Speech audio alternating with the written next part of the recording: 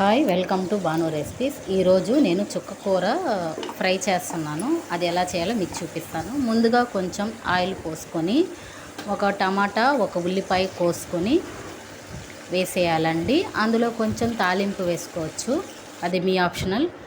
తొందరగా మగ్గడానికి కొంచెం సాల్ట్ వేసుకున్నాను. తర్వాత ఒక హాఫ్ స్పూను పసుపు, ఒక హాఫ్ స్పూన్ కారం వేసుకున్నానండి.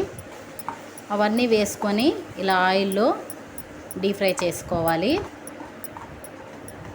ఇలా గ్రేవీ లాగా వస్తుంది. ఇలా మొత్తం బాగా మగ్గించుకోవాలండి.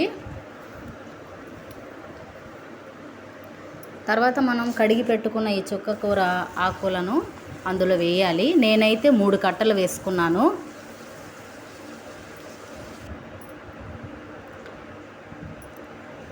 అలా కొద్దిగా వేసుకొని కలుపుతూ ఉండాలండి.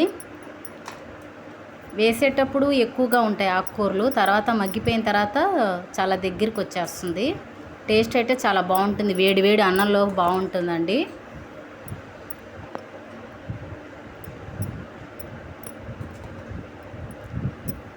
అలా వదిలేసి ఒక 5 నిమిషాలు మూత తీసి చూస్తే ఇలా అయిపోతుందండి.